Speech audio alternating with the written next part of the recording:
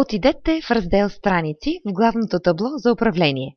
Най-отдолу в частта Управление на страници намерете страницата, която искате потребителите ви винаги да виждат като начална при влизане във вашият уебсайт.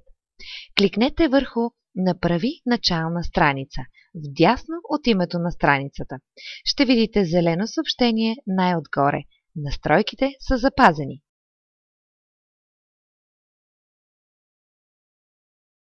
Отворете нов браузър.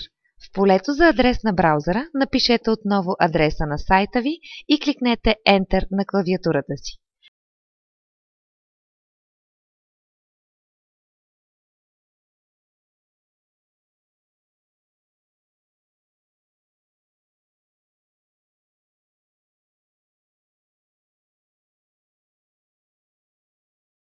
Както виждате, първата страница, която ви се отваря, вече е избраната от вас за начална.